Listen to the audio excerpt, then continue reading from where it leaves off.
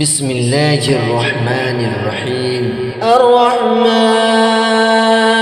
علم القرآن خلق الإنسان علمه البيان الشمس والقمر بحسبان والنجم والشجر يسجدان والسماء ألا تطغوا في الميزان وأقيموا الوزن بالقسط ولا تخسروا الميزان والأرض وضعها للأنام فيها فاكهة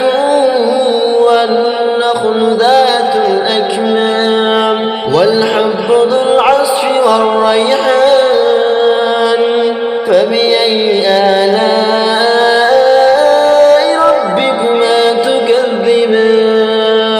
خلق الإنسان من صلصال كالفخار وخلق الجان من مارج من نار فبأي آلاء ربكما تكذبان رب المشرقين ورب المغربين فبأي آلاء ربكما تكذبان مرج البحرين يلتقيان بينهما برزخ لا يبغيان فبأي آلاء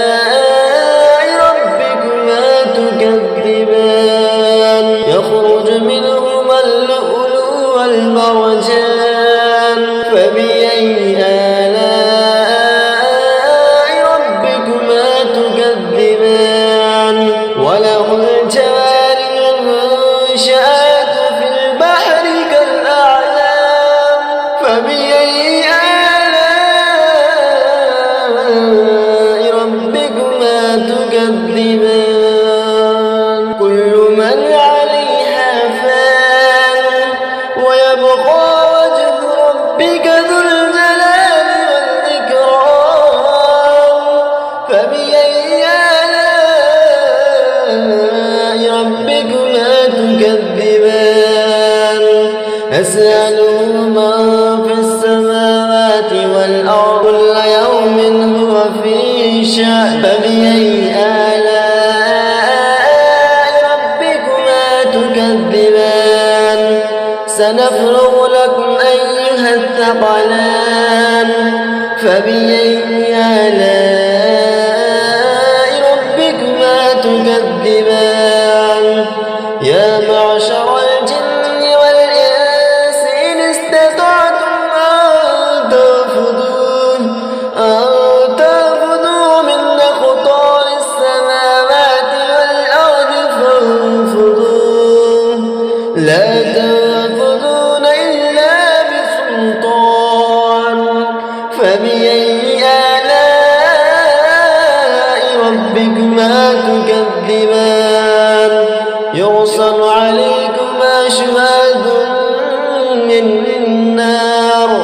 ونحاس فلا تنتصران فبأي آلاء ربكما تكذبان فإذا انشقت السماء فكانت وردة كالدهان